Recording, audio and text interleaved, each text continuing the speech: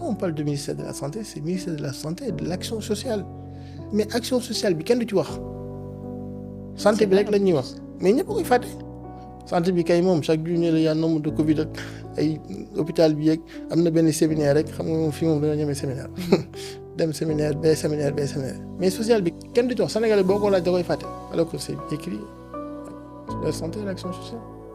donc am na yenn cas yoo xam ne waroon sax yegg ci nit ñi c'est-à-dire que ministre bi am na nit ki war ñu koy def ci internet ketal ci nit bi war nañ ko jël en charge mais fii aussi nañu waxante li fi am prise en charge bi ça dépend il faut nga nekk monsieur tel ñu soog la nga combien de fois nga dégg ñu ne le président wala jël na en charge tel koo xam ne dafa feebar mais parce que c'est un tel xam nga le paradoxe mooy pourquoi un pays des pays développés comme la France prise en charge bi c'est plus ou moins gratuit c'est-à-dire que da ngay ñëw feebar ñu yóbbu l'hôpital alors que eux ils ont plus ou moins les moyens d'acheter les médicaments alors que Sénégal on n'a pas les moyens alors que yow boo ñëwee yooyu dem débrouiller wut xaalis pour ñëw faj sa malade c'est le paradoxe alors qu'à côté on te dit que ils dépensent beaucoup de milliards ci plein de choses à côté yoo xam ne Sénégalais bi tey la santé devait être une priorité nationale.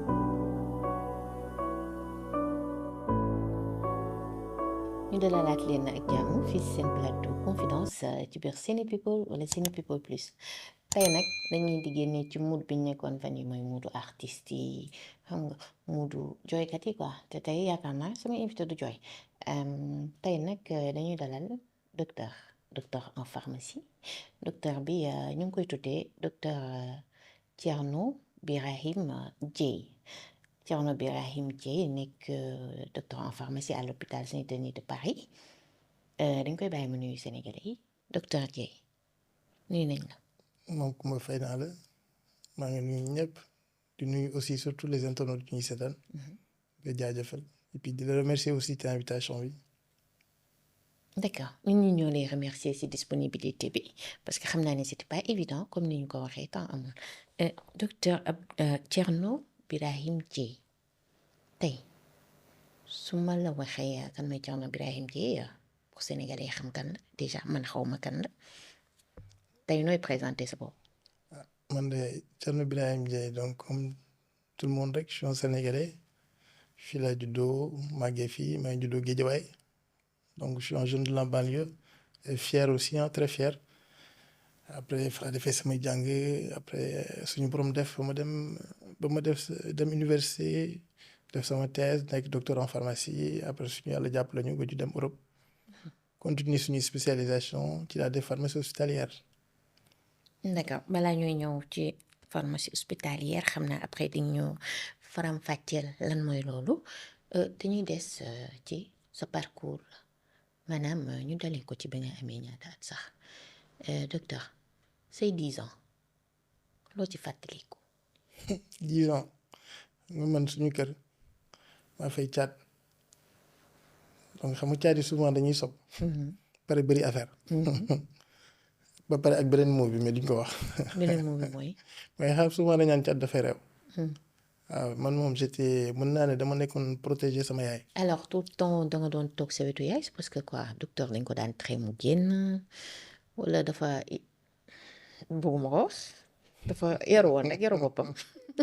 di toog ci wetu yaayam. non pas du tout comme li ma la wax xam nga man j'étais très proche de ma mère parce que maa nekkoon comme li ma wax maa nekkoon caat donc foo mu fekk rek sama. et puis ñun suñu yaay c'était sa façon nu mu ñu doon éduquer la moo tax mu nga sama yaay comme daa mën naa ne mère yëpp dañuy bëgg doom donc. surtout caat yi. waaw surtout caat yi nag mais aussi xam nga dama xawoon na terrible nag surtout par rapport ak sama frère yi ak sama sœur yi xam nga je te donne benn anecdote mère bi amoon ay temps doon jaay crème léegi bu jaay crème nag su demee su génnee sama frère ak sœur yi saa ci crème yi xam nga rek. jël ko donc bu ñëwee nag maa leen di boole donc su ma leen di boole donc bu mère bi génnee di ci profité nag yaa xam rek door ma defal benn correction door ma. defal la bagage. waaw moo ngoog defal ma bagage donc du coup mère bi nag léegi chaque fois dana léegi comme que nii la demee fu muy dem ñooy ànd.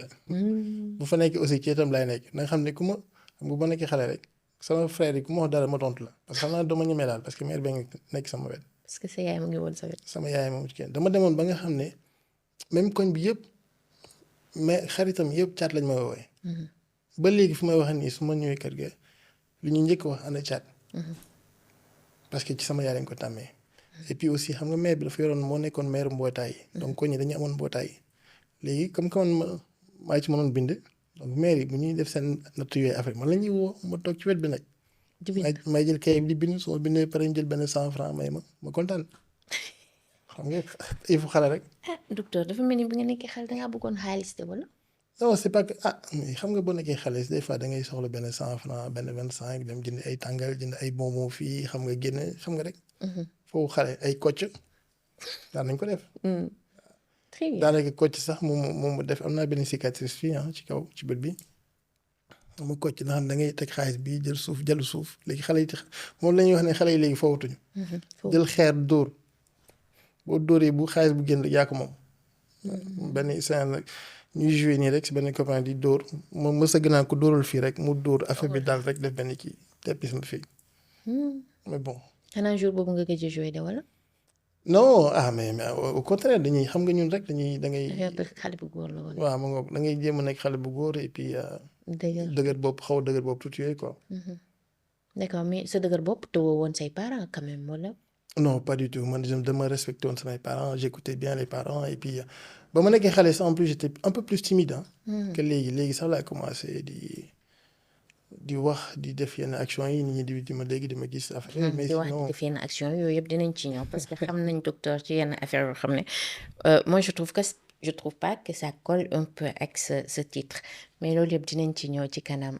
docteur sa cursus scolaire lan la Guédiawaye nga juddoo. man Guédiawaye laa juddoo donc après man sama cursus yëpp je l'ai fait dans le public donc comme je dis toujours man je suis un pur produit de l'école publique. oui. primaire suñu école Adolphe Diagne. fa la jàngee def ba 6e entré en 6e après nag ma dem de la fosse.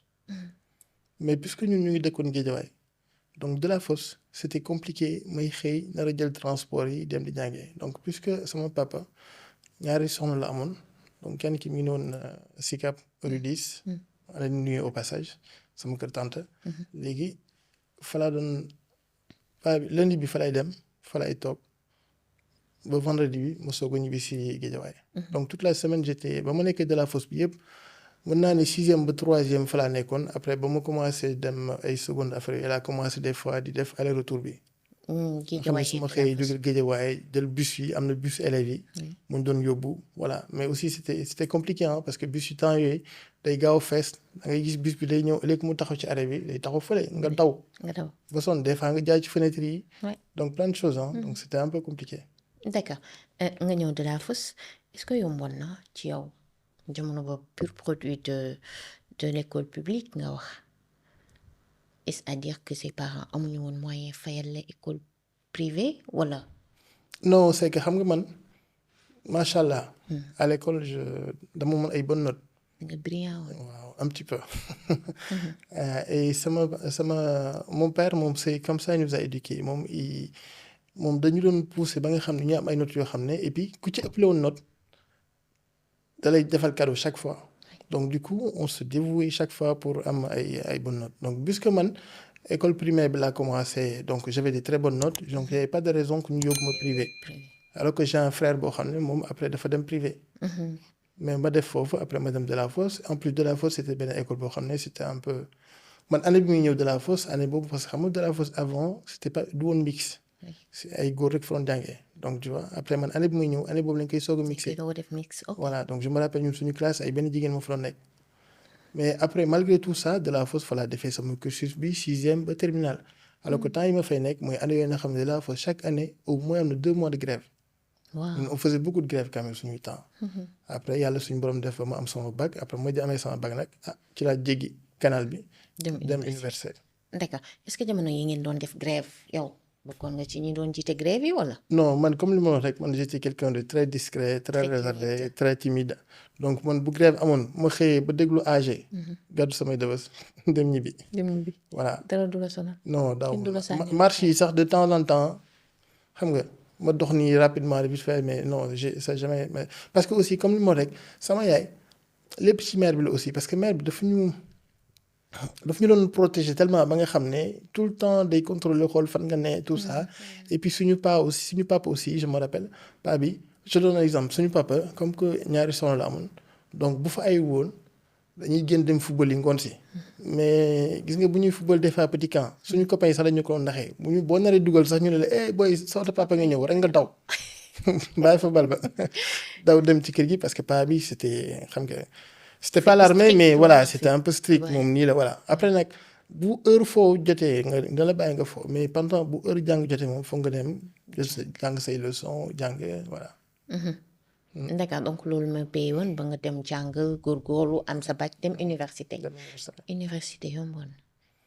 C'était pas facile hein, du tout hein, parce que université moo tax comme ni ma rek gi nga université c'est formateur parce que gi nga boo fa jaaree yu bëri di nga ko mën a gérer après dans ta vie parce que xam nga après da ngay ñëw déjà logement yi c'était pas évident man j'avais la chance plus ou moins puisque ñun ñu ngi dëkk même bu dee Guédiawaye sax amoon naa possibilité ñëw di ñibbi di wàcc chaque jour dama koy xool ñoo xam ne dañ dëkk ci région yi déjà dañu am benn attache au niveau de Dakar c'était compliqué et puis ñun suñuy temps néegi aussi c'était très très compliqué pour nga am chambre universitaire bon après nag une fois que nga am benn néeg après une fois que tu commences le cursus bon ñun aussi on était un peu privilégié boo nekkee boo def ñu nekkoon faculté de médecine pharmacie tout ça parce que à partir de deuxième année troisième année c'était plus facile nga am logement. Oui. Donc voilà après nga amee logement après voilà am sama logement. Mais logement yi aussi pareil hein j'habitais jamais seul hein. Chaque fois j'habitais xam nga rek université da ngay am ñaari man je me rappelle chambre double yi nga xam ne ñaar la fa nekk lal étudiant. waaye le soir souvent ñaar ñooy fanaan ci benn lal yeneen ñaar ci benn lal am ñu lal ci suuf mais dañ koy tàmm en fait hein. Day naturel si. Day naturel quoi voilà mais aussi ñëpp xam nañu jàngum université surtout ñun suñu fac c'est pas pour dénigrer les autres facs mais c'était compliqué quand même parce que xam nga lu may wax suñu jàngum université bi aussi ce qui pêche mooy dañuy pousser ñuy jàng pour passer examen c'est-à-dire que da ngay parcuriser résister mais pour l'examen et des fois je trouve que c'est dommage quand même parce que booy jàng mieux vaut aussi mu ci ànd ak beaucoup de pratique wala ñuy jàngal ak aussi ak contexte bi actuellement nu mu mel ak aussi affaire yi dafa di évoluer xam nga science bi day évoluer. Il faut que aussi ñuy évoluer di ànd ak moom. mais qu'on arrête système bi léegi baaxul ba je trouve que baaxul ah surtout ñun ñu def da ngay parcuriser en fait da nga doon parcuriser juste pour réciter ah c'était il y avait que ça hein. Donc voilà donc c'était compliqué donc le soir pareil hein, on avait des horaires yoo xam ne macha allah da ngay xëy le matin dem jàngi wàcc dem université ñëpp xam nañ ne université dafa nekk des fois ñun suñuy temps ceeb bi da ngay ñëw ñu tegal la ceeb boo xam ne lu yàlla xam doy na. Voilà donc la ñu mayoon chance mooy bourse yi amoon na te bourse yi ñun xam nañ temps étudiant xamoon nañ ne bourse yi ñu mu demee. gars yi sama genre gi dañuy fay ko bourse dañ jënd benn bourse ngay fay ko bourse entière je me rappelle à peu près ay 35 000 francs la. nga dem Colobane jënd ci benn paire chaussure bu bees tàq jënd ci benn Levi's ñëw toog sañse après 1 franc doo ko dese. donc même nga jënd ticket sax c'est compliqué. Ouais. D'accord docteur lan moo la poussé à ce que nga dem fac dem defi fac médecine dem def pharmacie. Yooyu c'est quoi c'était un rêve d'enfant. En fait il y avait des médecins dans la famille nga am ci koo ci fond. non bah sama kër bon c'est vrai que mes frères souvent aussi ñun sama frère ñun ñëpp da nga jël beneen branche quoi bokkuñu même branche donc suñu kër man kese maa fa def tout ce qui est médecine pharmacie santé bi quoi man maa ci xuus. alors que man à la base je voulais faire médecine laa bëggoon def. donc je voulais être médecin. mais sama yaay comme li ma la wax ci début j'étais tellement proche sama yaay en fait dafa doon protéger de trop ba nga xam ne ba mu ñëw ne ko yaay am naa bac ñu ne ma loo bëgg def même avant ça ma ne ko dama bëgg def médecine paa bi ne ok y a pas de problème mais sama yaay ne ma non non. ma ne ko lu tax mais non parce que elle était tellement protectrice. mu ne ma doo def médecine parce que médecine xam nga mère bi en fait ñoom médecine da ko doon lié avec la chirurgie. moom pour moom. te naan non sama doom ngay nekk fii di opérer gis ay deret affaire yooyu non c'est comme ça après bon par défaut ma ne bàyyi ma def pharmacie. mais à la base je voulais faire la médecine. mais s'orienté wuñu. waaw s'orienté wuñu donc voilà après ma dugg ci et depuis ba ma dugg ci pharmacie c'est quoi. J'apprécie énormément parce que c'est. yaa ngi sa monde quoi. Je vis ça et puis ouais. D'accord. Docteur jaar na comme ni mu ko waxee cursus scolaire am yëpp dem fi nga amee sa doctorat. Oui, j'ai fait ma thèse en 2004 Dakar Université de Dakar. À l'Université de Dakar. Ouais. D'accord noo def lu tax nga dem France. En fait il y a 2 choses qui m'ont poussé ma dem France c'est que fii liggéey bi ak salaire yi yàlla xam doy na mais aussi man da dama nga xeeboon salaire au Sénégal. non salaire yi moom pour dire vrai on n'était pas bien payé hein. ok ba léegi sax. donc commencé woon nga fi exercer quand même. oui il y a un ngay dem. moment man j'avais commencé di liggéey ci ay officine oui. xam nga man j'avais fait option officine. donc mooy ci pharmacie de ville yi quoi. léegi ba ma defee pharmacie officine donc je travaille dans des officines bon officines yi déjà man suñu temps amul contrat te loolu j'espère que léegi ça a changé je sais pas si ça a changé mais ñun suñu temps te loolu moom état bi moom war na jóg. il est temps que gars yi qui se professionnalisent plus mu exiger ñi am ay contrat et puis aussi surtout il est temps que mu am ay fourchettes wala ay coefficients yoo xam ne pour fay les assistants xam nga mu am benn salaire minimum quoi alors que pour l'instant ça n'existe pas du tout. gars yi ku ci nekk da ngay nekk la yaay xool en fonction bon je sais pas sur quels critères ils te payent.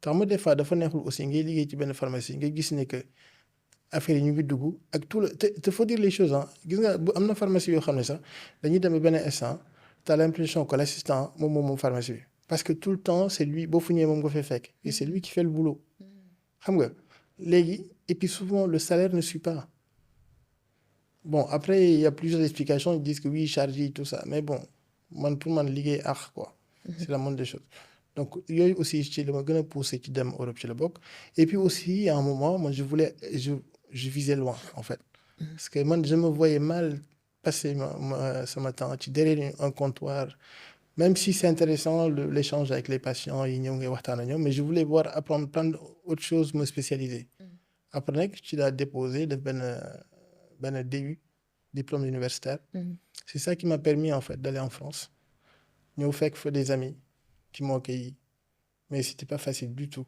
mais du tout. c'était pas facile du tout. non. c'est-à-dire. déjà man ba may ñëw j'avais une inscription à Poitiers mes amis qui m'ont accueilli France lañ ne Paris dis-moi je me rappelle toujours la première chose qui m'a marqué gis nga ba mu ñëwee l'ami en question ki tax ma ñëw dafa waroon liggéey donc beneen copain moo xam ne sama promotionnaire moo ñëw jël si ma ñu jël si ma aéroport après moom amoon na benn logement universitaire après mu yóbbu ma këram mais je me rappelle man maa ngi soog a ñëw on est descendu mu ne ma nañ dem defi ay courses mu dem jëndi benn ginaar gi dem bay fay mu ne ma saa yi doo ma àll benn yoro foofu mu ne nga àll ma alors que maa ngi soog a ñëw mais peut-être que dans sa tête il disait que yoroon naa ay monnaie ma jox ko je me rappelle benn billet 20 € mu fay ginaar gi jour boobu reeruma donc bu mu jëndee ginaar gi sa laas la jël. non même pas loolu je pensais que ginaar gi su ko jëndee c'était pour togg ko guddi gi ñu reer. ok mais non après dugg ci frigo non reeruma noonu laa tëddee c'était c'est la première chose qui m'a marqué ba ma yegg see Paris. reeroo saa ni nga tëdd ak xiif. tëdd moom comme ça le lendemain après ci la sama gars yi ñëw jël si ma. pareil aussi sama gars yi on a vécu. mais après remboursé na la say 20 €. si après remboursé na ma sama 20 €. ouais. mais après xam nga jóge ci Sénégal yegg si foofu alors que Sénégal gis nga li fi am fii lekk bi xam nga. le partage mais xam nga rek xam nga aussi début bi ma ne xëy na. ma ne en France fii gars yi ñu reer xam nga aussi li ci doy waar mooy comme je dis avant ngay dem da ngay dégg beaucoup de choses li gars yi di wax. en Europe. te li ci gën a doy waar sax mooy da ngay souvent ñooy wax sax fekk mosuñu dem Europe. oui xamuñu lu fa xew mais dañ lay wax ba nga xam ne yow boo fa demee donc yu bëri da nga koy kii quoi. mais après macha allah quand mes amis sont venus me chercher après ñu ma dem seen kër pareil aussi foofu on a beaucoup galéré ensemble c'est-à-dire que foofu aussi li ma dund foofu c'est des choses yoo xam ne mosuma xalaat na sax daan naa ko dund fii parce que fii quoi qu'on dise amoon sama kër papa sama yaay amoon sama néeg. ndekki añ reer c'était chez moi en plus benn instant maa ngi doon liggéey donc j'étais même si je participais un petit peu mais kenn imposé wu ma ko. donc même bu dee benn 100 000 francs sax daan naa ko am sama poche. alors que nga xëy dem Europe amoo liggéey on était des fois amoon na ay temps on était plus de 4-5 ci benn chambre. en Europe oui.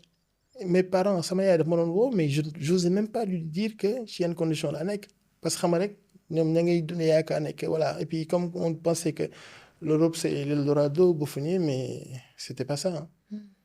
et puis beneen histoire bi ma dal mooy comme que j'étais inscrit à Poitiers ki ma hébergé Poitiers ma ñëw mu dóor ma sama inscription en fait li ma waroon fayee université waa ji ñëw ne ma fekk juste avant may ñëw Sénégal dana ma boo ñëwee ci man ngay dal. oui c'était un ami ma ne ko d'accord y a pas de problème mais benn jour mu woo ma ne ma saa waay dafa am ku ma mën xaalis foofu léegi est-ce que doo ma ko joxal sa inscription comme ça bu ñëwee fi ma remboursé la sama xel ñaaw ma woo sama benn grand boo xam ne moom Europe la nekkoon grand bi laaj ko ay conseils heureusement grand bi ne ma kii li mu lay wax dafa louche quoi mais bu ko jox lépp jox ko un peu la moitié ma joxe moitié bi c'était à peu près 500 euros. ma joxe def naa 200 ou 300 euros ba mu ñëwee Paris France du moins ma dem ci moom mu accueillir ma je me rappelle toggal ma ceeb macha allah xam nga rek ma gis waa ji ne non kii moom c'est le mec xam nga fu ma jógee Paris dafa xatoon on était comme je dis plus de 5-6 ci benn nekk après nga dem Poitiers xam nga province en fait.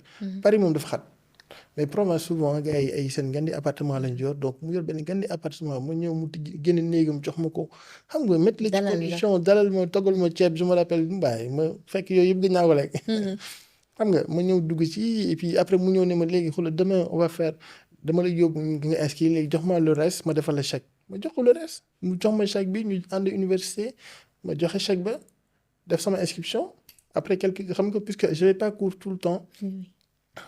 Donc jour des fois damay toog 1 semaine 2 semaines aw ma cours donc damay ñëw Paris. su ma ñëwee Paris toog fii le temps que voilà et puis comme sama gars yi fii lañ nekk ñoom laa gënoon miin et puis voilà benn jour waa université woo ma ne ma saa waay sa chèque bi dalul. waaw ça me fait un coup un choc ah ma woo waa ji jotuma ko après ma rappelé ko mu ne ko saa waay yow c'est quoi ce délire mu ne ma non c'est-à-dire xam nga waa ji kii mooy waroon jox chèque bi xaw ma lan wax expliquez-moi ay affaire man j'avais rien compris après ma ne ko non ma ne ko mais essaie de régler le truc mu ne ma ok quelques jours après ñu woowaat ma après dame bi ne ma de toute façon lui on a l'habitude avec lui. ma ne ko ah mu ne ma de toute façon moom aussi nee ko yow léegi comme que moom daf la def lii on va trouver une solution soit nga xool noo koy fay ma ne ko non man j'ai pas d'autre solution man maa ngi nii ñëw j'ai même pas de j'ai pas de boulot je suis étudiant gars yi ñoo ma héberger donc où est-ce que je vais trouver 500 euros même ne serait-ce que 20 euros di ko fay par mois je peux pas. ma ne ko et puis de toute façon aussi non day yomb trop parce que man mënuma ñëw dajale sama xaalis xamul xaalis bi nan laa ko def am ko ñëw fii pour sama inscription mun na ma ko door nii. après ma topp ci di ci wax di ko chaque jour ma woo ko mu ne ma tey suba ba à la fin ma incité mu ne ma fay na ko même par contre bu mu ne ma fay na ko dama woo un autre ami bu nekk foofu ma ne ko demal nga fag nga laaj. mu dem laajte gars yi ne ko gars yi fay na ko. après nag ci la gars yi nekk foofu Poitiers woo ma expliqué ma ko saa yi ni mu mel.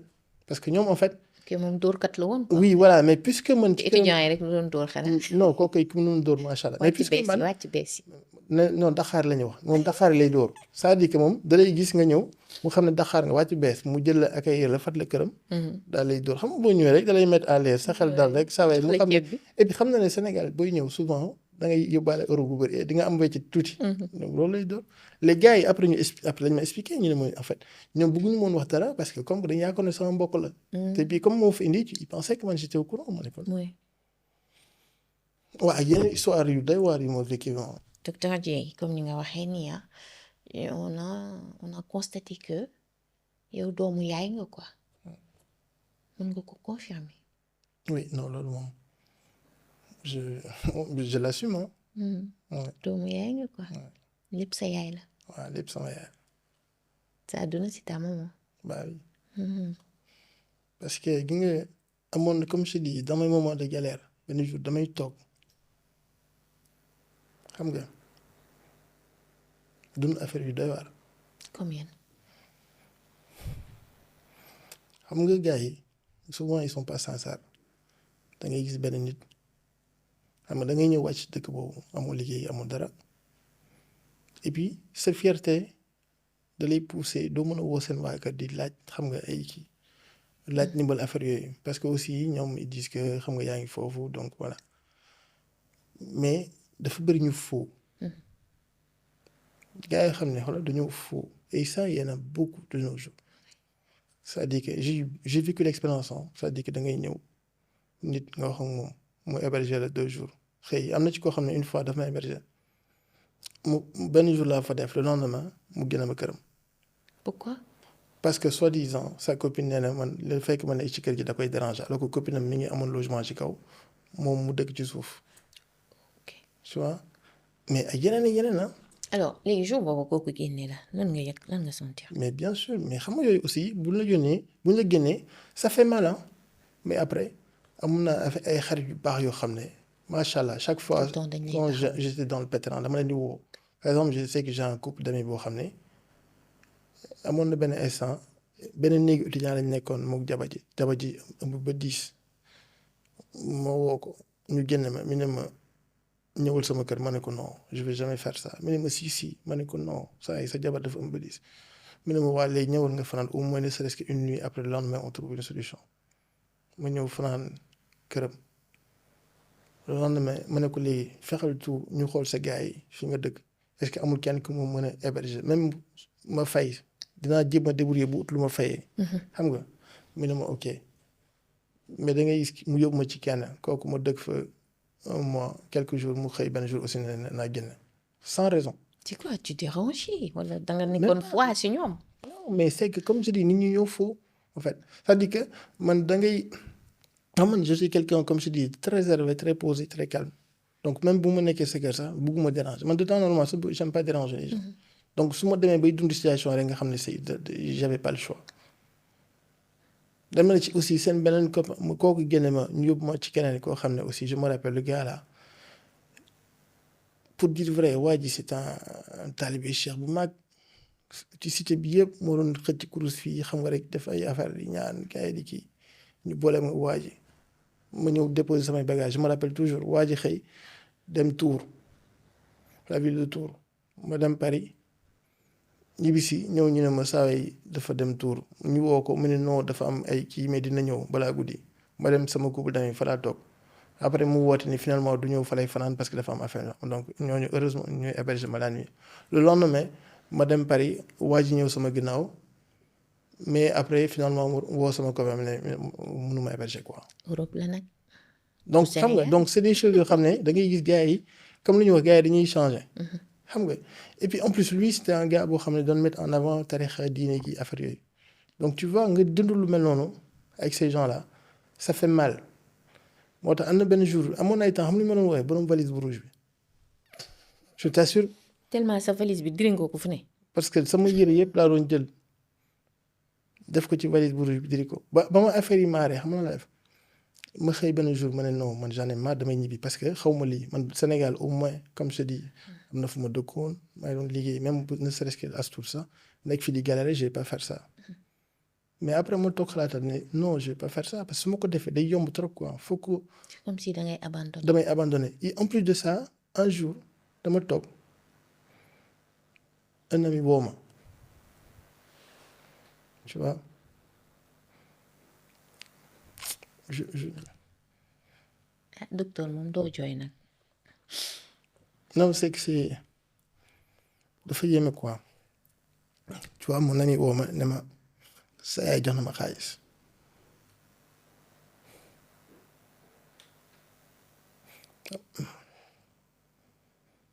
xam nga mi ne ma sa yaay jox na ma xaalis je me rappelle c'était 100 000 francs ma ne ko lu tax mu la koy jox ma ne ko non même mes sœurs kenn xamul nu mu demee mais bi dafa teggi natt xamuloon sax lu may dund comme ça mu teggi natt jël xaalis bi yónnee ko sama copain bi juste pour suñu waa kër bañ ko yëg mu yónnee ma ko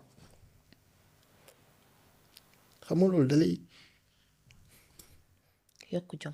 mais bien sûr ma ne man pour rien au monde je vais baisser les bras moo tax léegi fu ma toll nii li ma gën a métti ci sama life le fait que tey sama yaay nekk fi ma koy taral.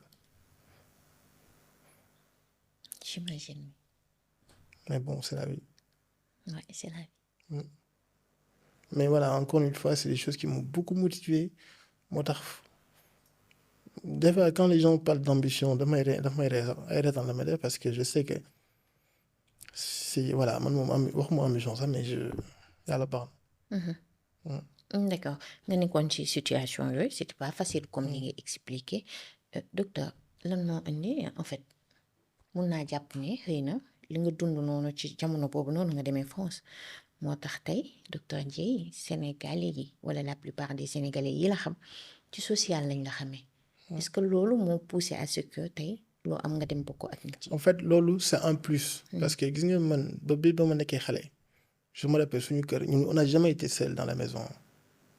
toujours on était avec plein de gens mbokk yi ku jógee ci yeneen régions yi bu ñëwee suñu kër nga wàcc sama papa daal woon nangu keneen dem feneen ñëpp même ñun suñu néeg man je me rappelle am naa ay cousins yoo xam ne ay frères yoo xam ne ñoo màggandoo ba ñu xam ne man dama leen jàpp comme samay frères pour te dire am na woon ay taalibe yoo xam ne kenn ki sax dañ dem ba ñoom ñu am ay doom ñu tuddee ko sama papa ba nga xam ne xale yooyu c'est-à-dire que muy Korité Tabaski on avait les mêmes habits c'est-à-dire que sama papa bu jëndee tissu ñu ñawle ñoom même tissu bi bu Korité bi jotee suñu kër la ñuy Korité bu Tabaski jotee suñu kër chaque jour ñu ngi suñu kër donc xam nga màggee ci loolu juddoo ci loolu et puis aussi ak li mu dund et puis sama yaay aussi tout le temps dama doon gis nu mu doon def ak nit ñi xam nga ma mère elle aidait beaucoup de gens pareil mon père aussi hein. Mais surtout mon père par contre il le faisait beaucoup dans le sutura le respect c'est-à-dire que man daan naa toog ay pas yu bëri di dugg ci suñu kër di wax sama papa génn musuma xam pour lan la ba ma commencé ba nekk mag benn jour la sama frère di ma expliquer donc xam nga judd ci famille bi mel noonu donc man social c'est quelque chose boo xam dafa ma war donc moi c'est avec plaisir que lépp lu ma mën si je peux aider les gens je les aide. Oui mais c'était pas évident que nga dem Europe xam nga dem yàlla après malgré say jaar-jaar yooyu après yàlla ubbil na la ay buntu wërsëg mënoon nga ne foofu ngay toog peut-être dund sa dund tranquille mais on te voit souvent ngay ñëw Sénégal te saa yooyu ñëwee Sénégal c'est pour le social hein. Bah oui mais parce que aussi lépp li ma am tey sama dëkk moom ko jox xam nga maa la wax ne au début man je suis un pur produit de l'école publique bi laa jàllee laa defee sama lépp lu ma demee bañ naan docteur tey Sénégal tax donc lépp lu ma am sama dëkk ma ko gënal sama dëkk moo tax c'est que xëy na suñu borom moo def fu mu nekk ma nekk fële mais dafa mel ni maa ngi Sénégal donc dès que j'ai l'occasion de venir au Sénégal je viens et puis quand je peux aider les gens je le fais avec plaisir sans arrière-pensée ni leneen ni ngistal ni quoi que ce soit des fois sax daf may metti nit sollicité ma tudd ma ko mën a dimbali. Oui parce que parfois ça arrive nit sollicité la fekk yoroo. Bah oui mais des fois parce que aussi des fois xam nga social bi ci doy waar c'est que des fois aussi da ngay dem ba benn instant nañu wax ne dëgg nga Sénégal dafa bëri ay dóorkat non mais il faut dire les choses. C'est-à-dire que nit dina la woo ñu comme ni ñu wax ñu bon ñoo yàq ñu baax ñi te man yow benn instant da ngay joxe benn instant tu te dis yow man est-ce que da ngay def stop ne man est-ce que duñ may dóor. Et des fois da ngay gëstu gis ne dañ lay dóor. te c'est ça qui est dommage en fait c'est-à-dire que yow da ngay toll foo xam ne man des fois ça m'arrive j'ai envie d'aider les gens mais j'ai peur de le faire parce que tu te dis kii su ma ko defee doo xam quoi. oui la mooy nekk ci ginnaaw. la moo nekk ci ginnaaw même si des fois je me dis c'est pas grave. daf ma sollicité bu ko defee aussi bu fekkee doon moom ak suñu borom la. tu fais da ngay def te yàlla tax. damay def te yàlla tax mais c'est pas évident je te donne benn anecdote benn jour benn waaye mos na ma bind benn message ci Facebook. Messenger bi ne ma yónnee ma ay photo handicapé 44 handicapé ne ma photo dafa am benn prothèse tout ça bind ma bon ci région yi la nekk bon ma gëm ko quelques jours après mu ne ma léegi prothèse bi dafa am problème nañ ko defaraat ma ne ko léegi y a pas de souci ma ne ko montant bi ñaata la moo fa ma montant ma ne ko ok sama xel ñaaw ma ne ko léegi xam nga ce qu'on va faire léegi dama yónnee sama jarbaat bi Dakar xaalis bi. léegi yow sa rendez-vous fan la fa lañ koy defaree mi ne ma Dakar ma ne ko bis boo ñëwee sa rendez-vous bi ngeen ànd moom mu fay. oui. waaye jour boobu laa gëj a dégg. donc xam nga exemple yu mel noonu. mooy tax. voilà des fois damay douter quoi mais des fois et puis aussi damay c'est pas pour clasher quoi que ce soit xoolal les réseaux sociaux yi tu vois les ku jóg def sa vidéo dugal. c'est-à-dire que di nga gis koo xam ne même vidéo bi dugal nañ ko il y a 3 mois gars yi jëlaat ko yónnee la ko ci suuf.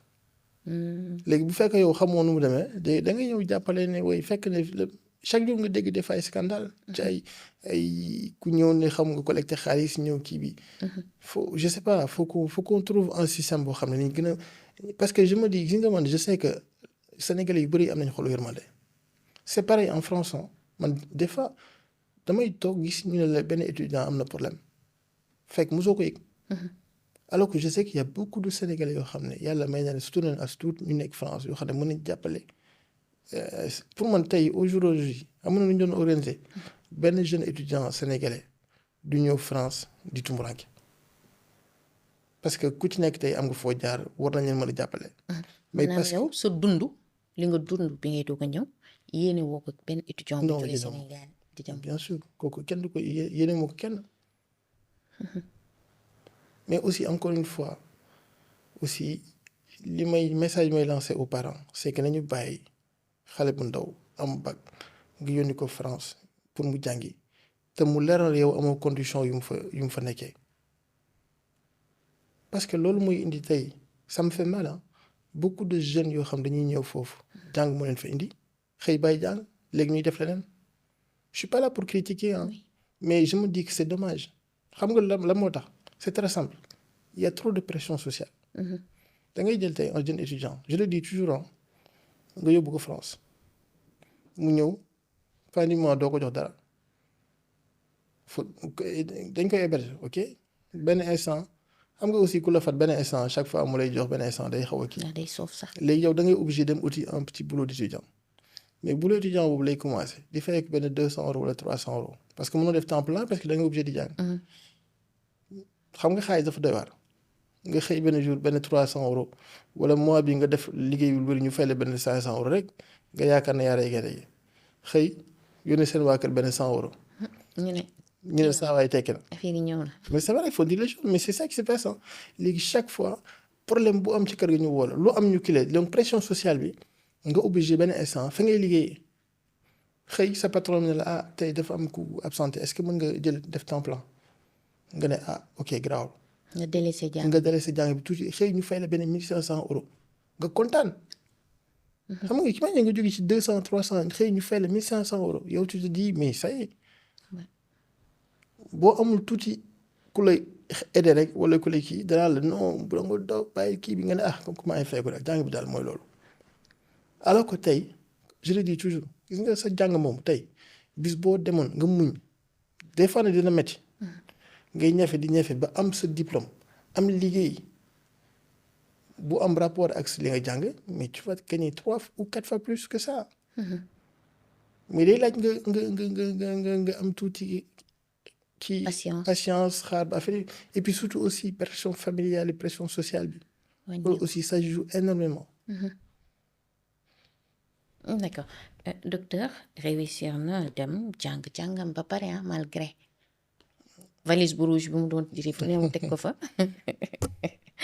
docteur jour bi nga pare ba yàlla def nga am liggéey lan nga yëg. may kontaan sant suñu borom. Et puis des fois ça m'arrive may toog di xalaat. fi nga jaar yëpp fi ma jaar yëpp.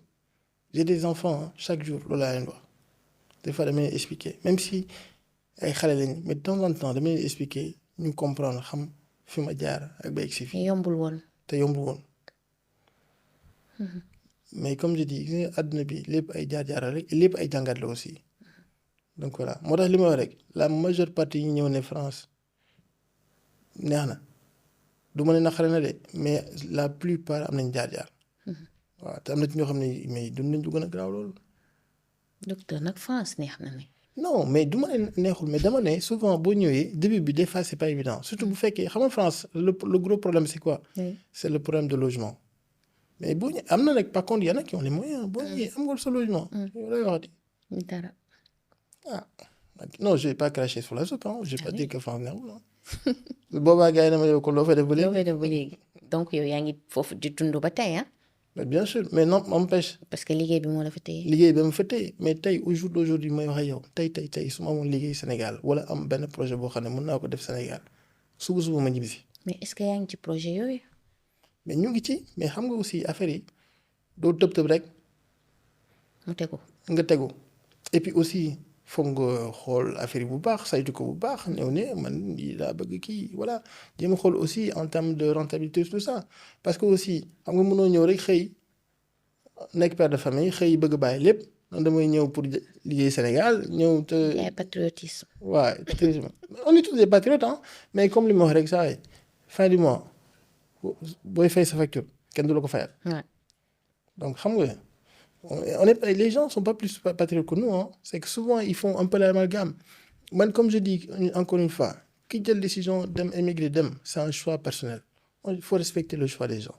ku ci nekk am nga say raisons yu valable mais c'est pas parce que nit ki immigré na que il est pas patriote hein. Parce que souvent boo xoolee que nekk immigré sax li muy defal ci dëkkam yow mi nekk fii tu le fais pas. oui donc gars yi nañuy soyons plus souples. faut pas que ñu comme ni may wax ñu dugal ñu ñëpp ci benn boîte ne ñëpp ni lañu war a xam naa di nga fa ñëw mais c'est comme tey ñu ne ah docteur pourquoi mu def lii pourquoi léegi non. dinaa ñëw fan docteur. ne docteur pourquoi benn côté bi nga. ah oui foofu moom dinañ fa dugg léegi rek du yàgg sax. waaw ma ngoog mais parce que je veux dire ku ci nekk tey am nga sa man comme tu sais c'est quoi en philosophie faut apprendre à vivre en fonction de ses moyens hein et faire ce que tu as envie de faire ce qui te rend heureux. Ça c'est très important xam nga li bon mooy nga ñëw xëy def benn liggéey parce que gis nga sa frère def ko wala nga def benn affaire boo xam ne parce que gis nga ñëpp di ko def nga ne voilà non mais des fois loolu mooy indi échec yi aussi ah parce que dañ lay pousser ci benn chemin boo xam ne yow da nga fay dem par défaut parce que mais au fond bëggoo mais looy def loo xam ne bëggoo tu vas jamais t'investir. c'est-à-dire que tey man am naa sañ-sañ tey xëy suba ne bàyyi naa pharmacie.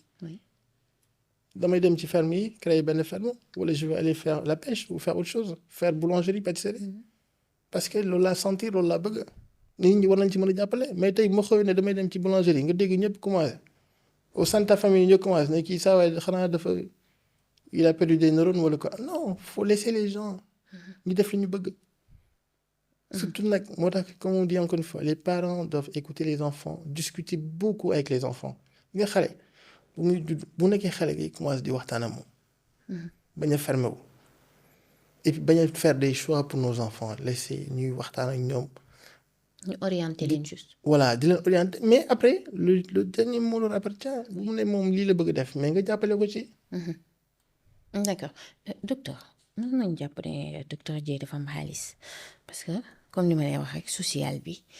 docteur Dieye par-ci par-là on a même vu bàjjen de polygame nga xamante ne souvent moom aussi day dox ci social au niveau de Thiès alors ce qu'il nous dit mooy yow yaa koy jox lu muy defee social te nga riche wala milliardaire wala nu mu demee noonu.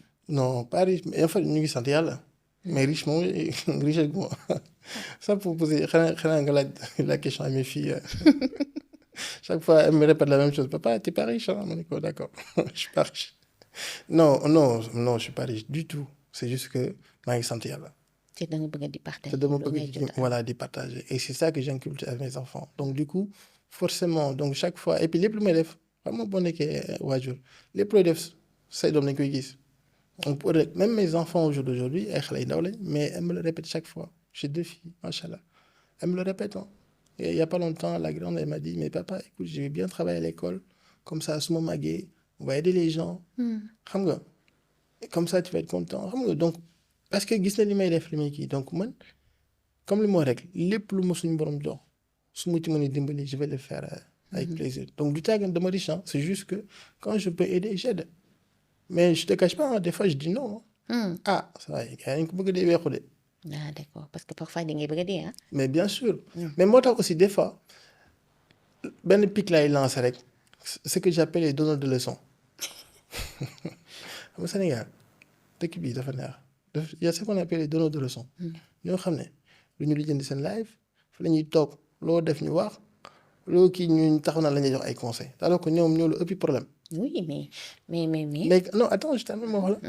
quand je dis donneur de leçons ça veut dire que yow da ngay gis benn docteur Dieye ñëw il sollicite ma jox ko xaalis peut-être mu tudd ma ci télé bi wala mu tudd ma mais moi je le fais pas pour ça hein. ba mu et puis xamoo lan laa ko jox. oui.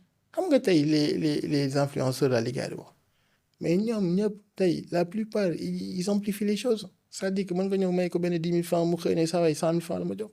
waaw loolu moom Sénégal. waaw mais les gens baaxu Sénégal. mais en fait les gens après mais même en fait comme je dis c'est-à-dire que même tey que soit benn docteur Dieye wala keneen mais il faut laisser les gens vivre c'est-à-dire que man am naa sañ-sañ jël sama 1 million mu yor ko maa ko liggéey su ma ko bëggee jox kenn mais ma jox ko. oui. mais kan la concerné sama xaalis mais tey boo ko defoon gars yi mamb la mais dëgg bi dafa métti ah. il faut dire les choses. mais aussi la question mooy est-ce que yaa ngi koy def fi nga ko war a def aussi parce que en général suñu nee mbamb c'est parce que peut-être sa benn mbokk boo xam ne war nga koo may 1 million bi après nga fekk ku mel ni maam Kumba nga jox ko 1 million bi xam nga sa mbokk boobu tam mën na la mere. mais mbokk boobu tey bu fekkee xam nga non mbokk boobu tey déjà xam nga mën nga am ay mbokk yoo xam ne mën nañu am problème te yow mosoo ko yëg. waaw. xam nga loolu bëri na fi wala sa mbokk bi sax xëy na da lay dóor. xam nga loolu am na fi ba tey. comme lu muy wax ñi lay njëkk a dóor souvent. mooy ñi la jege. ñi la jege mais c'est vrai hein. c'est vrai. Moi je parle pas de mes sœurs hein, parce que sinon demain elles vont m'appeler là. non voilà. say sœur moom loolu nekk ñu def. non c'est mes sœurs moom man la famille proche moom comme je dis loolu y a pas de man damay souci. toog sama mag yi. voilà comme lu leen neex def kooku moom kooku y a pas de souci voilà. mais mbokk yi aussi pareil mais après tu sais xam nga mbokk yi aussi man xam li ma nekk ci mbokk yi c'est-à-dire que da ngay am des fois ay mbokk yoo xam ne mosoo leen xam mosuñu la lijjanti ci loo ne lijjanti wuñu la sax. mais bés bu ñu demee ba commencé dégg sa tur ñu commencé waaw docteur Dieye suñu ndaw moom man tu sais moi une chose comme je dis nous on est très famille parce que nos parents nous ont éduqués comme ça donc xam nga ne man tey bu ma demee ba defar je defar sama waa kër ba pare. du ma dem du ma sàmbalaat quoi. il y a beaucoup de en fait fu may waxee mooy c'est-à-dire que les gens souvent comme ni ñu wax rek tout de suite mais et puis sax ban loi moo bind ni que yow tey balaa ngay defar da nga defar say mbokk fan lañ ko bind. c'est-à-dire que c'est les gens ñoo jël bëgg ko imposer nit ñi mais yow da nga xam kooku ki def loolu ak mbokkam yenn relation la ñu am. est-ce que mbokk mi mos nañ ko dimbali ba muy galère. affaire yi c'est dans les deux sens hein. oui. je peux comprendre koo xam ne voilà ok d'accord mais yow man gisuma tey nit en tout cas c'est pas beaucoup nit koo xam ne tey sa mbokk nekk dans le pétrin mu leen yow am na as tuut lu mu sutural te doo ko dimbali ah ñooñu moom xamu nañu ni qualifié mais quand même je me dis que la moindre des choses booy dimbali sa mbokk yi lay njëkkee. mais nag aussi à côté des fois di nga gis ay cas yoo xam ne mbokk pas mënu ci sëgg parce que c'est des cas yoo xam ne da lay des fois combien de fois nga gis ay cas yoo xam ne sa way def naa ne solidarité nationale lay doon ñëpp ci def seen loxo parce que tellement cas bi day violent c'est un cas bu xam ne macha allah et puis tu te dis c'est là où pareil aussi man je fais un appel au ministère de la santé parce que boo waxee nit ñi li ñuy fàtte quand on parle de ministère de la santé c'est ministère de la santé et de l'action sociale mais action sociale bi kenn du ci wax santé bi rek la ñuy wax mais ñëpp koy fàtte santé bi kay moom chaque jour ñu la yaa nombre de Covid ak ay hôpital bi yeeg am na benn séminaire rek xam nga moom fii moom dañoo ñemee séminaire dem séminaire bee séminaire mais social bi kenn du ci wax. c'est vrai en plus. kenn du ci wax Sénégalais boo ko laaj da koy fàtte alors que c'est écrit la santé et l'action sociale. donc am na yenn cas yoo xam ne waroon sax yegg ci nit ñi c'est-à-dire que gis bi am na nit ki war ñu koy def ci internet. c'est vrai ketal ci nit bi war nañ ko jël en charge mais fii aussi nañu waxante li fi am prise en charge bi ça dépend il faut nga nekk monsieur tel ñu soog la nga combien de fois nga dégg ñu ne le président wala jël na en charge tel koo xam ne dafa feebar mais parce que c'est un tel. oui mais si le président le fait c'est parce que dafa am connaissance du cas. parfois am na cas yoo xam ne kenn ko yëg. mais nan la ñuy defee ba am ba mais il faut trouver la solution maintenant. c'est quoi l'astuce pour que le président di ci yëg. couverture rek bu. mais voilà mais c'est-à-dire que gis nga xam nga le paradoxe mooy pourquoi des pays développés comme la France prise en charge bi c'est plus ou moins gratuit c'est-à-dire que da ngay ñëw feebar ñu yóbbu l'hôpital alors que eux ils ont plus ou moins les moyens d'acheter les médicaments. alors que Sénégal on n'a pas les moyens alors que yow boo ñëwee yooyu dem débrouiller wu xaalis pour ñëw faj sa malade. c'est le paradoxe alors qu'à côté on te dit que ils dépensent beaucoup de milliards ci plein de choses à côté yoo xam ne Sénégalais bi tey la santé devait être une priorité nationale. lépp looy def mais balaa nga mën a muy meeting ak lépp boo feebaree noo koy defee il faut nga am santé. sa dëkk pour mu dox aussi pour man il y a deux choses c'est l'éducation et la santé. jàng bi mooy prioriser ak santé bi mais santé bi aussi il faut donner les moyens. donc docteur da nga gis ne ñun suñu dëkk bi doxul. santé bi moom il y a beaucoup de choses à faire. parce que loolu mooy sa domaine. ouais. te mën nga ci wax quoi. ouais loolu moom il y a beaucoup de choses à faire. c'est-à-dire que tey war nañu mën a toll foo xam ne. je donne un exemple en France boo waxee ñu ne la wéy dañuy comparer mais si on est obligé de comparer parce que boo xoolee aussi nañu wax ne dëgg système bi fi am yëpp su bëri dañ ko on l'a pris chez les Français mais le problème mooy xam nga Sénégalais des fois dañuy copier benn affaire ba pare duñ def mise à jour. c'est vrai. c'est ça c'est-à-dire que dañuy copier système français ba pare après duñ def mise à jour ak français dañuy def benn affaire après chaque fois day évoluer da ngay xool santé bi tey santé bi am nañu ce qu'on appelle les am nañu gis nga tey France ku mu mënti doon nga am papier ñàkk papier am na ce qu'ils appellent les soins urgents c'est-à-dire que tey nga def accident wala dara jot la waaye il vient boo demee hôpital gars yi lay fay te ci budget boobu lañ koy utiliser. lay faj. duñu xaar dara du ñu xaar dara alors Sénégal combien de fois nga dégg nit accidenté dem hôpital ñu ne ko mënuñu ko jël léegi il faut nga joxe benn 200 000 wala benn 300 000 laaj benn caution mais yow koo gis nga benn famille boo xam ne ñaata famille tey ñoo fi mën a génne benn caution 200 000 300 000 wala ñu ko fi mën a génne sax souvent na lay demee da nga obligé woo diw mu kii benn Orange Money kii Wave la c'est pas normal alors que à côté on nous dit que am na yenn matières premières yi fi commencé di fi bëri tout ça et puis à côté c'est pareil on dit il y a plein de l'argent dépensé mais sur plein de choses. léegi pour yow comme yow mi nekk ci domaine boobu lan ngeen war a teg yéen ñi nga xam ne yéen ngeen ci domaine boobu yan matuwaay ngeen mun a def pour loolu jóge fi.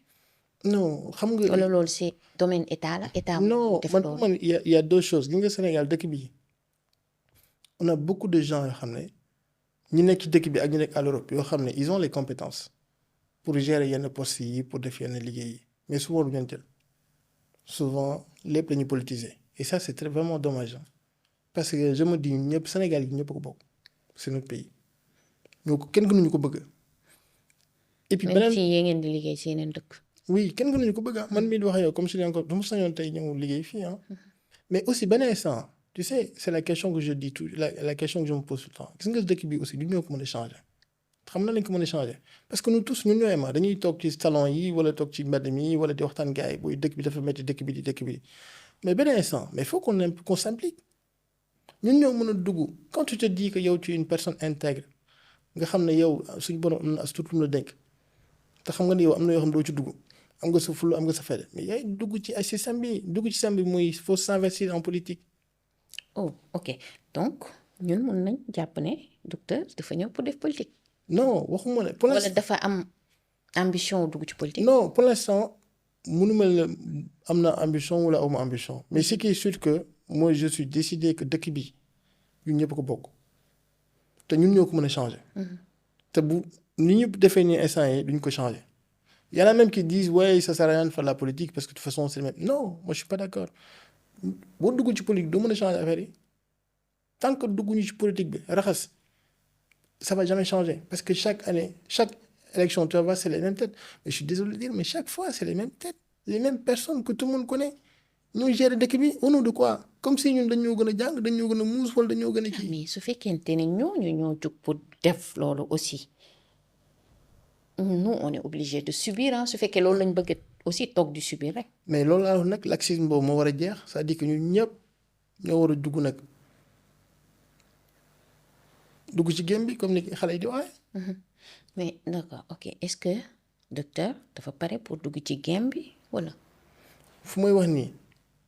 waaw aujourd'hui c'est Coumba dafa ma bëgg waxal quoi. dañuy laajte rek. non. je suis confidence bi moom dafa différent. voilà émission bi dafay différente ak yi passé. oui et Sénégalais yi ko comprendre parce que oui. tamit. non mais je suis d'accord non honnêtement devant comme je dis pour l'instant je suis pas comment te dire j'ai cette volonté mais xam nga aussi politique dafa nekk affaire boo xam ne dafa am lu muy laaj. doo tëb rek da ngay dugg ci politique. mais am naa volonté bi am naa yére bi. léegi nag muy laaj lan la xaalis bi. xaalis bi non xame bi. non xaalis bi ci la bokk xame bi il faut que tu montes tes preuves. et puis il faut que aussi tu sois vraiment investi sur le terrain man le problème mooy aussi c'est que pour l'instant puisque je suis pas basé au Sénégal à la limite je peux commencer à faire ça un peu au niveau de la diaspora. mais loolu le moment venu incha allah dañ ci. di nga wax. dinaa ci wax et dinaa ci dugg quoi. ndax ok mën nañ jàpp ne docteur dana mu ngi waaj dugg ci politique bon ñun jàngat boobu. en tout cas le message qu'il lance mooy c'est que dëkk bi moom ñu ñëpp ko moom. ok ñun ñëpp ay sénégalais lañ. ñun ñëpp ñoo moom dëkk bi mais docteur sànq bi nga commencé sa ay propos nee nga docteur en. pharmacie hospitalière loolu mooy lan. en fait ñi nga pharmacie hospitalière c'est une spécialité boo xam ne Sénégal miinuñu ko trop. parce que c'est pas assez développé.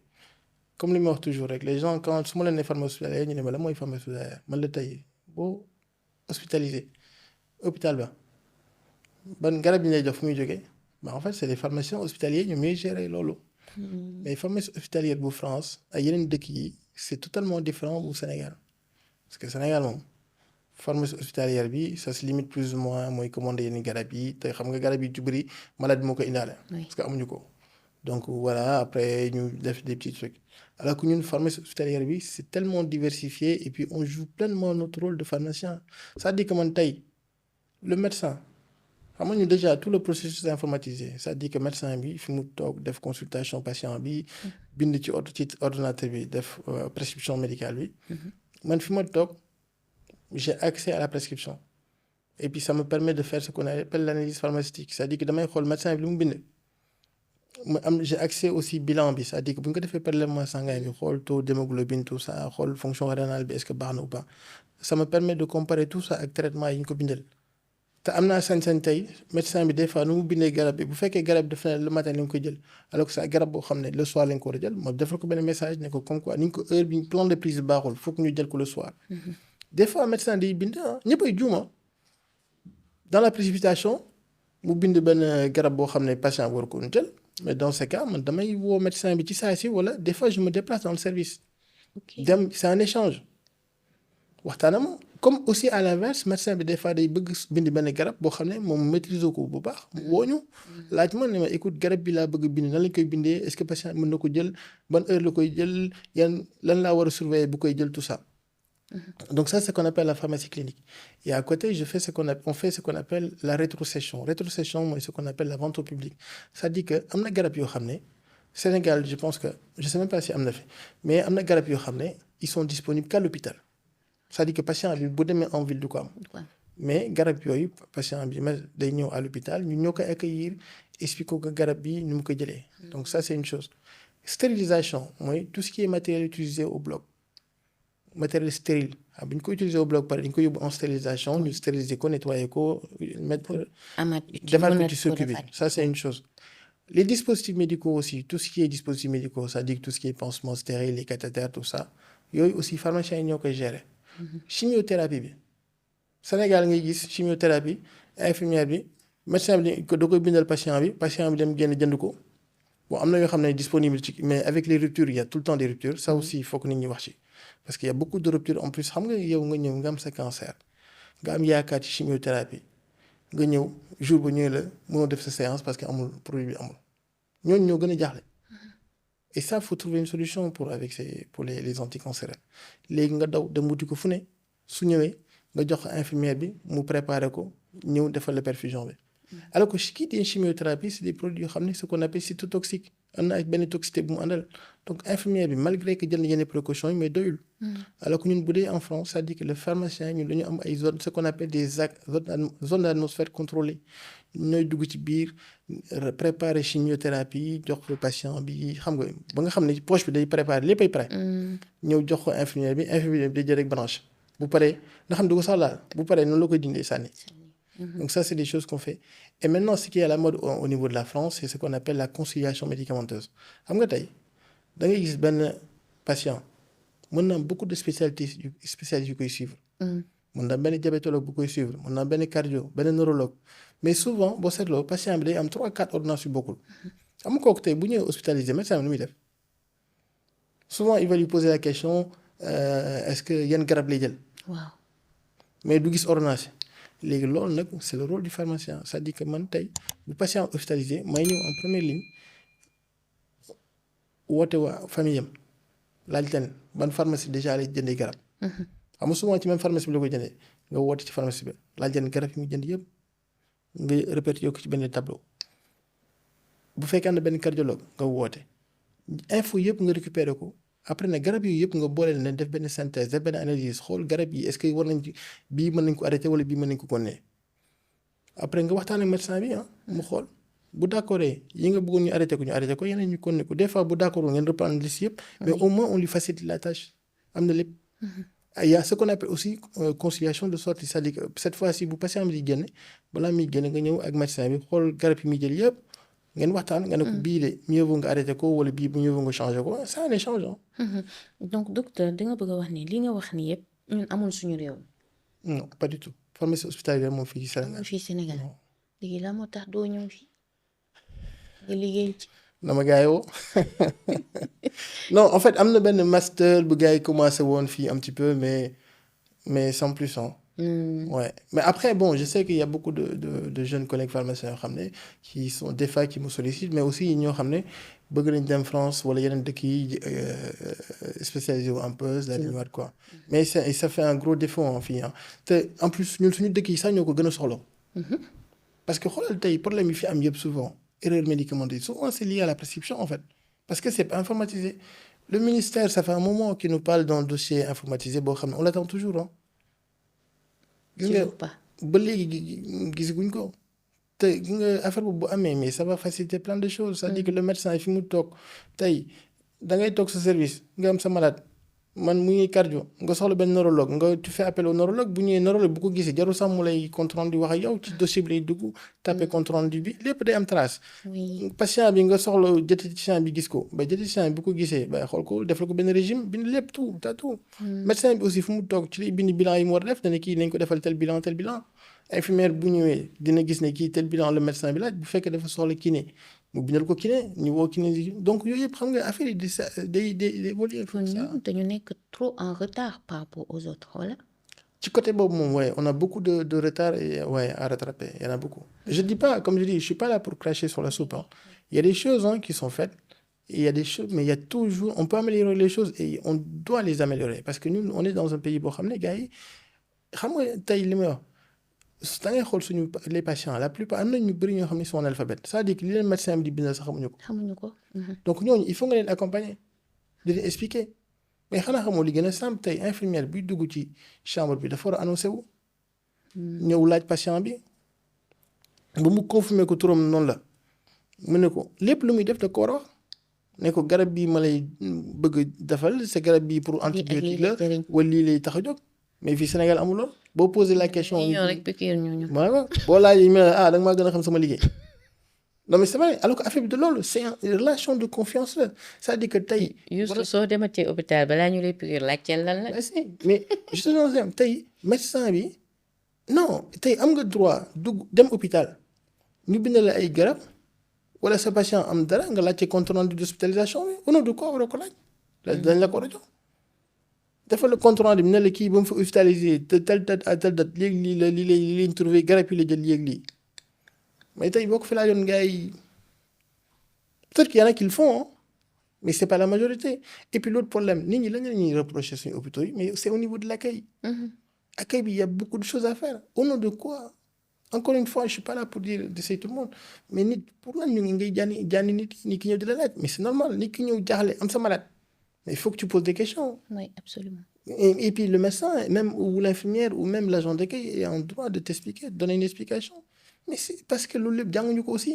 la communication. c'est-à-dire que nit ñi affaire yi def naa day évoluer affaire bi gis nga jàng mi médecine bi du question de juste médecin yi ñu non c'est de la com tey war nga ñëw cursus formation scolaire université mais jël un gars boo xam ne communication la def ça n'a rien à voir mais tu l'intègres dans le cursus.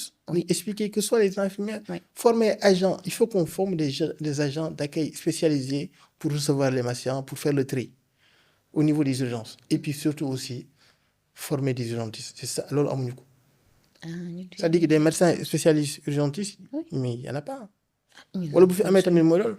mais c'est que boo demee en fait ils sont c'est parce que seen DS bi amul. mais comme je dis il y a beaucoup de choses qui manquent hein. Malgré que à côté ils font plein de choses mais war nañ mën a améliorer affaire yi. xam naa ñi di seetaan dañ ko dégg état. ñu ngi fi peut-être. on l'espère hein. nañ jéem a améliorer côté yooyu mais docteur. tey li ñu wax ni yëpp spécialiste moo wax mais tey docteur da nga am beneen facette boo xam ne man boobu daf may jaaxal en fait parce que damay wax ça colle pas ak sa profil. mooy docteur parfois en fait dañ koy gis ci jet set bi mun nañ jàpp ne docteur jet setter lañu yor nii toog ak moom. non pas jet set c'est juste que. des fois non pas xam nga jet set mooy ñu ngi comme je dis mooy ñi nga xam ne ñu ngi ci mouvement bi et puis dañuy génn ay boîtes affaires man déjà je sors très rarement. xam nga. mais tu sors quand même.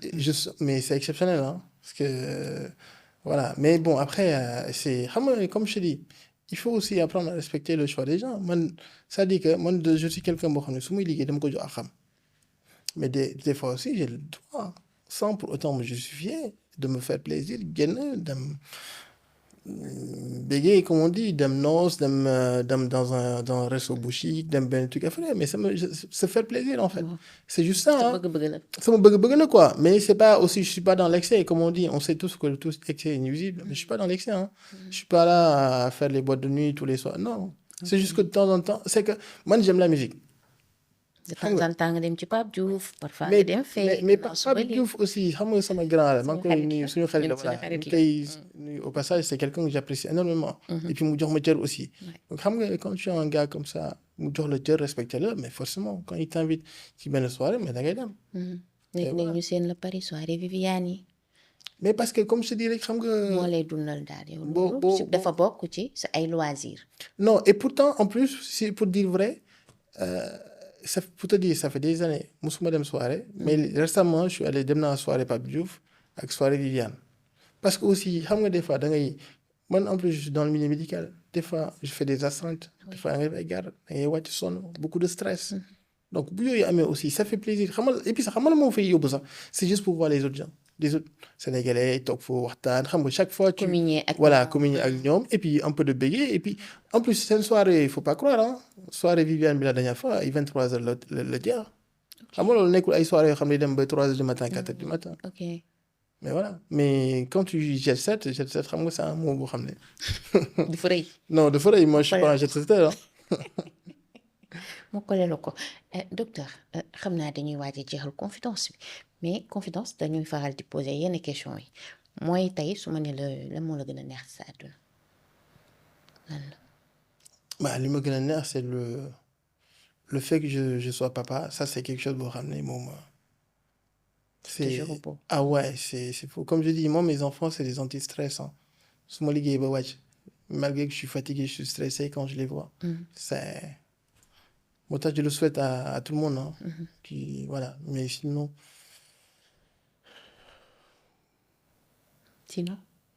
sinon ak aussi le fait que suñu borom sutural ma ba nga xam ne des fois naa mën a dimbali nit ñi dimbali doomu aadama. dimbali doomu aadama yi ça quelque chose yi ça c'est voilà. D'accord docteur bon tubaab nga un peu rek sur les bords mais docteur polygamie question polygamie man ko toog fi dama la koy laaj parce que man dafa mel ni man polygamie peut-être daf ma traumatiser je sais pas trop. yow ban kii nga ci am ban jàngat nga ci am surtout suñu société sénégalaise. ba man gis nga polygamie pour man comme ni ñu waxee boo ko def na fekk nga mën ko. mais pas comme bu Sénégal bi da ngay gis koo xam ne gorul yatul benn bi sax day compliqué moom mu dem xëcc am ñaar ñett ba pare wékku ci nit ñi xam nga kooku yëf waate la. waaw et puis aussi boobu may sànni xeer suñu sœurs yi aussi xooleen bu baax ci fi ngeen dugg parce que à la limite je peux comprendre nga am benn jëkkër koo xam ne dafa ñëw même bu yorul sax nga xam ne kii bëgg nga ko ngeen ànd di ramp yéen ñaar waaw ok mais nga gis ne kii déjà benn bu mu yor mi ngi galéré yow nga naan na nga ci ñëw di ko ci yokk deuxième galère donc c'est voilà beneen affaire mais boo ko mënee te tu sens que tu as la capacité yor ko def remplir toutes les conditions ben tant mieux hein. Mais voilà mais moi personnellement pour l'instant affaire de polygamie moom man nekk ma ci yooyu mais non je suis pas fermé du tout hein. Ah que bu ñu taxaw ne docteur moom monogame la de non je suis pas fermé et puis man mon père il était polygame donc xam nga mais ça veut rien dire hein. C'est pas parce que mon père était polygame que man dama war a polygame non man comme li ma wax rek man sama life xam nga la li ma sentir lay def c'est-à-dire que kenn du ma mettre pression je le fais quand je le sens et quand je décide que c'est le bon moment ma def ko c'est-à-dire que loolu laa encore une fois nga booy def bul def parce que diw voilà mën nga am ay xarit yoo xam ne am nañ ils sont polygames tout ça non moi je fais pas parce que juste mes amis ils sont polygames ou parce que juste pour montrer que man aussi je suis guerrier là non nekk ma ci délire j'ai rien à prouver en fait je le fais que quand je le moment je sentirai que j'ai besoin de le faire ben inchallah avec plaisir inchallah nga nekk polygame waaw baax na ba tey docteur violence faite aux femmes ça c'est dafa nekk affaire boo xam ne daf ma man ça me fait mal quand j'entends ça et puis même là fu ñu toll nii au 21e siècle ba léegi il y a des violences beaucoup de violences et puis beaucoup de violences boo xam ne kenn du ko yëg aussi may lancer un appel à nos sœurs nos mamans quand vous êtes victime de violence faut en parler en fait ngeen wax faut dénoncer et puis surtout faut dénoncer mais au moins le stress nga wax ci sax parce que je pense qu'il est déglu au moins dina dénoncer. Parce que aussi mënta kii je donne tu sais nous dans suñu hôpital dañuy créer ce qu'on appelle la maison de la femme.